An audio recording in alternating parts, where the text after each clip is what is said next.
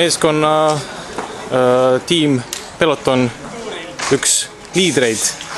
Sander Maasing, sinu kommentaarid tänasele etapile? Meeskonna poolt igati korrektne sõit, aga vajaka jäi eelnevast harjutamisest, et mõned mehed meil sõitsid alles esimest korda meeskonna sõitu, et sinna läksid vajalikud sekundid kaduma. Homme on võimalik äkki need sekundid tagasi saada? Võimalik jah, eks näis, mis plaanidega CFC edasi tegutseb ja üritama kindlasti peab. Kes teil praegu meeskonnas üldse liidrirolli peaks kandma? No põhimõtteliselt see vastutus on jagatud 4 sõitja vahel, Rene Mandri, Silver Sultsi, Martin Puusepa ja minu vahel.